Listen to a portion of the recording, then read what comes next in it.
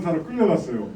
거기서 이제 고문을 받는데 그때가 이제 우리 그 신지 선배가 말씀하신 조사해 보니까 가장 극렬하게 뭐 건수의 비중에 상관없이 극렬하게 폭압적인 고문이 자행된 시기가 그때거든요. 그때 보니까 저기 송병현이 동기가 왔는데 계속 끌려갔는데 그때 이제 고문 받은 거 간단히 말씀드리면 뭐 들어가자마자 한 5시간 동안 구타 빨개 벗겨놓고 10명이 돌아가면서 5시간을 그게 이제 애무 정도 수준인지는 나중에 알았고 그 다음에는 뭐 통닭구이라고 이제 양손 양발 묶어놓고 대나무에다 이렇게 하고 거기다 물 붓고 그러니까 맞아 죽고 숨 막혀 죽고 물에 질식할 것 같고 그 다음에 이제 종철 열사께서 돌아가실 것처럼 욕조에 처박히고 그 다음에 걔네가 또 닦아줘요 몸을. 갑자기 패다가 갑자기 극진히 닦아주니까 저 멘붕이 와서 갑자기 뿅 가가지고 이제 앞에 있는 사람이 너무 은혜롭고 감사한 거예요. 그래서 내가 이 사람한테 다 끄집어 드려야 되겠다 막 뭐 진영희 선배가 나 이렇게 윗선입니다. 내군 형이 뭐 뒤에 있습니다.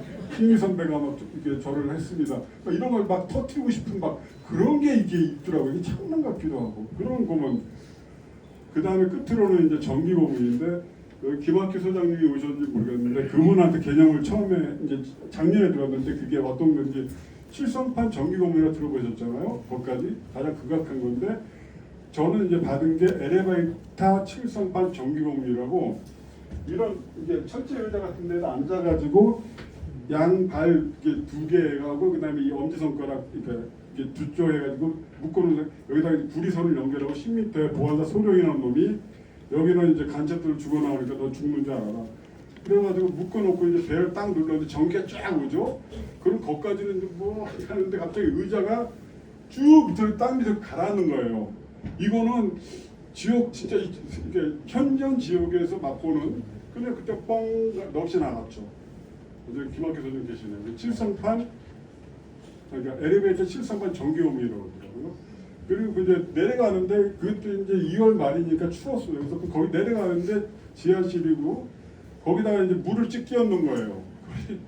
그래가지고 했어요. 그게 1차 가해죠. 근데 2차 가해가 더 이제 골 때리는 게 자대를 돌아갔는데 거기에서 이제 황건은 동기가 입대 동기인데 연세대학교 신학과 학생회장했던 사대학부인데 그 친구가 저를 보고 부대에다가 풍신한 거예요. 김영신은 이제 맛이 가가지고 금치산장에 군대생활 못한다니까 군대에서 나갔어요. 왜냐면 얘 나가면 대모하니까 여기서 죽든 살든 여기 놔둬야 된다. 그러니까 이제 제가 반병신 되고 너 정신 나간 상태에서 치료도 못 받고 골든타임이 2년이 지나간 거예요. 그래서 싸울 때서 거기서 이제 구타 가해 어리버리하고 또라이고 뭐 고문관이고 뭐 빨갱이고 하니까 온갖 폭력이 다 이런 거 처음 듣죠. 저 솔직히 정당하게 거기를 뒤집어 쓴 거니까 멘탈이 완전히 나간 거죠. 나가면서 그때부터 이제 그 조현병 비슷하게 정신착란 그다음에 환청 환시 환각 환후 이런 게 쭉 오면서 하니까 사람들은 더 이제 군대에서는 그냥 적자생존이잖아요. 그러니까 무조건 저를 배척하고 저를 죽일 듯이 이제 해서 2년을 그렇게 당근질하니까 털려가지고 영원히 그래서 나왔는데 그 나오자마자 그 복학을 했어요. 그래서 여기서 이제 공부를 했는데 교수님이 이제 부르더라고요. 야, 너 답안지에 그림이 있냐? 제가 맛이 가니까 답안지에다 이제 쭉 이렇게 논술해가지고 뭐 문제 그 주관식을 푼 게 아니라 거기다 대고 이제 그 착시가 이게 장난이 일어나니까 여기 이런 강의실이었어요. 저쪽 강의실인데 요 밖에 그 당시에 선동열이가 나타나더라고요. 그리고 너는 뭐 거기 쓰면 안 돼 하면서 막 이렇게 막 눈가를 막 이렇게 하는데 이런 뭐 환시 비슷하게 나오니까 근데 그거는 이제 그냥 답안지에 쓰는 정신이 된 거예요. 그리고 그때 후배들이 그 85, 86, 87이 있었는데 걔네들이 용신이 형 이상한데 저 뿌락지 아냐? 근데 배척하고 그 다음에 내 동기들은 다 이제 졸업하고 뭐 그 상태에서 저는 이제 결국은 낙동강 우리야 유리 방황하는 그런 인상을 맞이해서 그래서 이제 그 제대가 89년도 3월 달인데 제가 3학기 더 다니고 그 졸업을 했습니다. 근데 그때 사실 제대하자마자 3월 달에 복학하고 4월 달에 정신병을 처음 다니기 시작했어요.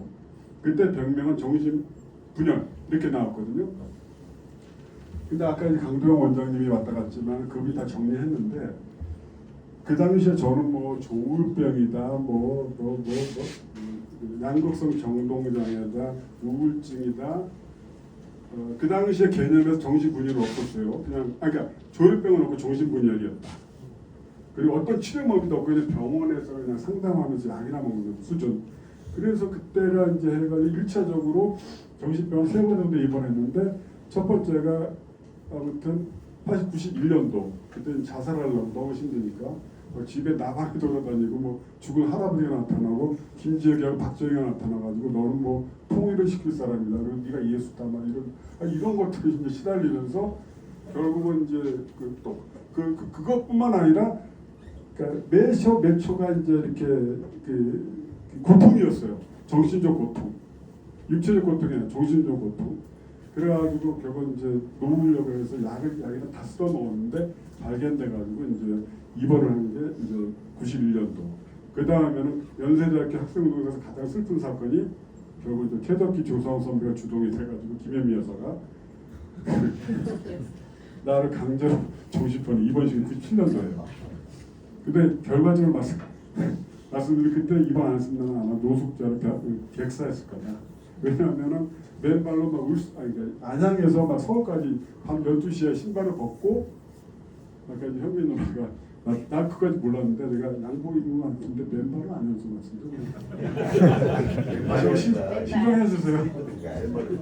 그래가지고 안양에서 서울까지 12시에 뛰어오고 돌아다니고 뭐 그다음에 그 당시에 기차 완행 타고 저기 강릉 끝까지 가서 바다로 들어갈까 말까 하다가 그런 걸 하니까 형들이 현민이랑 전화 때려가지고 성종규 우리 사립 자장이 이제 덕경이나 상홍경 다 불러가지고 야 얘 그냥 할 거냐.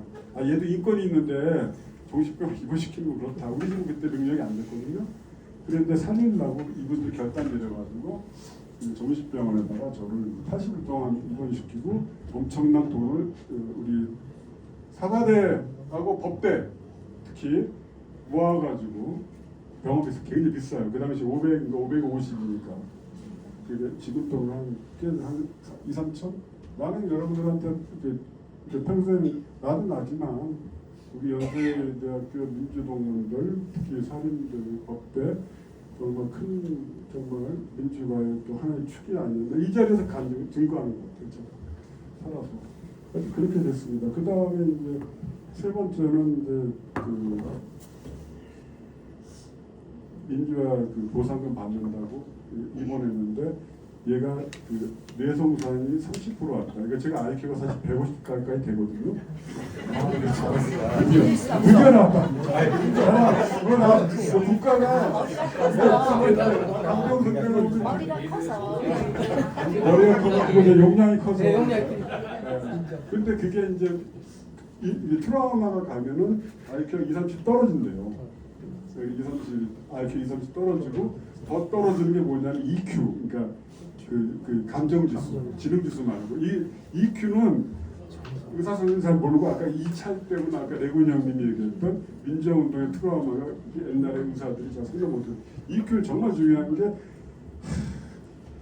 그러니까 이제 EQ는 뭐냐 이게 머릿속에서는 그렇게 하는데 마음은 이 새끼 저 새끼예요. 마음은 상처 입었기 때문에 조금만 스쳐도 내가 막 이렇게 하고 이렇게 액션 취하면 옆에 있는 사람이 맞잖아요.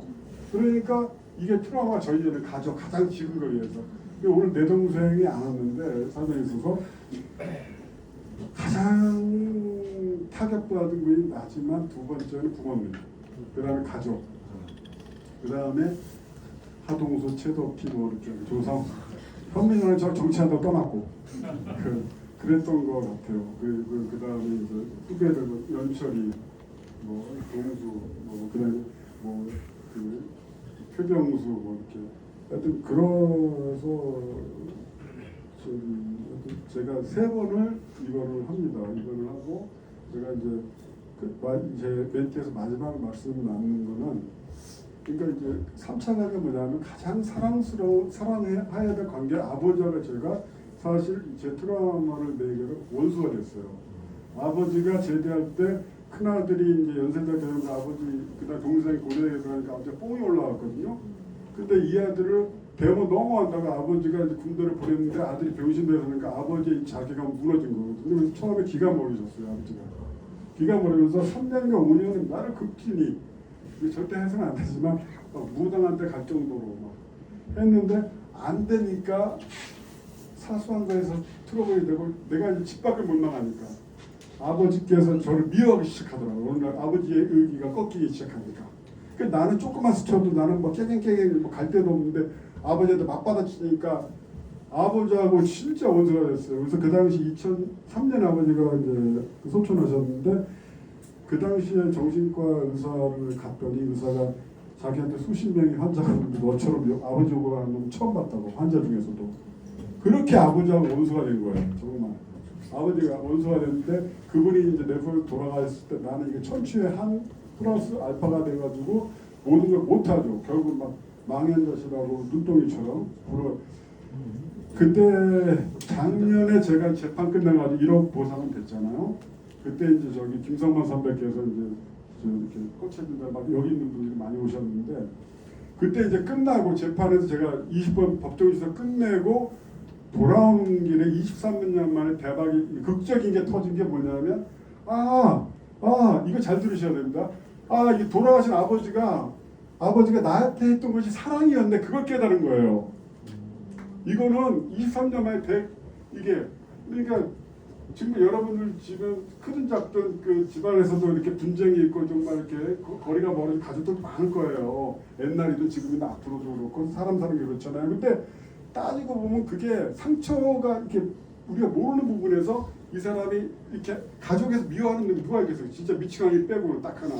이게 터지면 이걸 감당이 못하니까 원수가 돼버리는, 눌러버리는. 이게 한국 현대사가 우리 386이든 강목진 특히 이분들한테 던져준 크든 작든 큰 파문이라고 생각해요. 이거를 정말 저는 진짜 이걸 고치기 위해서 교회, 하느님, 예수 그리스도, 그 다음에 말씀, 그 다음에 선배들한테 정말로 이렇게 성경에 보면 이제 철을 날카롭게 해서 사람이 날카롭게 하고 회복시키는 말도 있거든요. 정말 여기 있는 분들이 내 증인이기 때문에 여러분이 나의 회복처였고 나의 치료처였거든요. 그래서 내가 여기까지 됐고 마지막 말씀드리고 문국준 선배님 그 79학번 제가 2번 전화드렸는데 처음에는 먼저 오셨어요. 야 너 하냐? 야 간다. 그래서 알겠습니다. 그래서 이제 전화 이제 며칠 전에 형 내가 책 가복 형도 갈게요. 그랬더니 아니야. 그래도 하지만 그 형이 아직도 아프거든요. 사실 아직도 힘들거든요. 그 형은 정말 진짜 힘들어요. 그리고 그 여기 진영 선배께서 나한테 야 김근태 그 의장이 민청년 의장이 그런 말했다. 그 여기 문국주 선배 그 후원에 오셔가지고 고문 이기고 오신 문국준 아니 김근태 의장을 소개합니다 했을 때 김근태 의장이 그 고문이 이긴 사람은 없습니다 이렇게 이제 말씀하시다고 했잖아요. 예, 여기 계시는데 근데 제가 극적으로 오늘 안 오신 김동훈 선배, 그 다음에 장원진, 최덕기 선배 도움으로 저기 팬데믹 때 그 제가 그 처음으로 이제 강연을 한번 했는데 제 트라우마 갖고 그때는 저도 그랬어요. 트라우마 못 이긴다고. 근데 여러분 트라우마 이겨요. 제가 그거 증거 같습니다. 여러분들 보니까 이겨요. 이게 아픔은 있어요. 잠불은 있어요. 잠불은 있어요. 근데 그거 갖고 트라우마가 이렇게 할 필요가 없어요. 트라우마 이겨요. 이기는 거라고 분명히 저는 이게 이 자리에서 말씀드리고 아까 우리 회장 친구가 부채의식인데 부채의식은 전 이제 그런 건 내려놓자. 부담되는 거 내려놓자. 왜냐하면 정상적인 관계를 못 끌고 가고 거기에 눌리면 전화 가면 전화 못 받을 수가 있거든요. 예를 들어서 그런 부채의원들 이제는 좀 이렇게 하고 그 다음에 특히 그 치료받는 이 의사 정신과 그 다음에 그 심리 상담 여기 심리 상담은 몇 분 오셨어요 사실.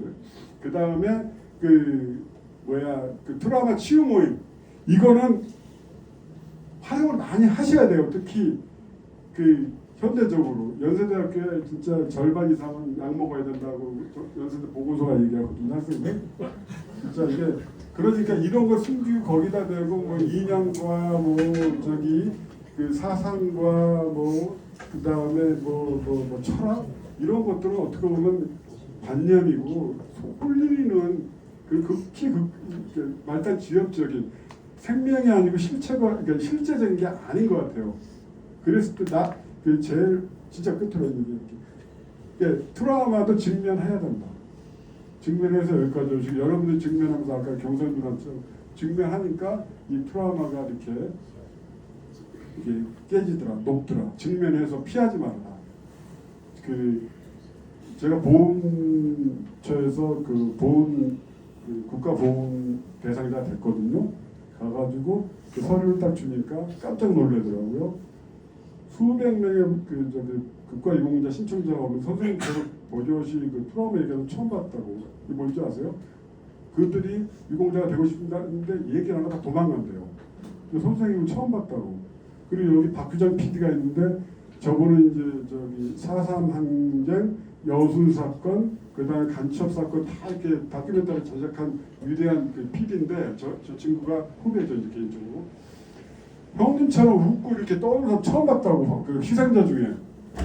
이게 뭐냐면 트라우마가 다 잠재 있어요. 대한민국 현대사에서. 그렇게 보면 지금 이란은 아마 저거 큰일 날 것 같아요. 10년은 저거 죽은 것 같은 산성장 나라 이런 것 같아서 아무튼 이런 것들을 제가 이제 어디야 내 트라우마를 녹여내면서 이제 풀어가고 싶다 이렇게. 아무튼 그렇습니다. 하여튼 잘 들어서 감사합니다.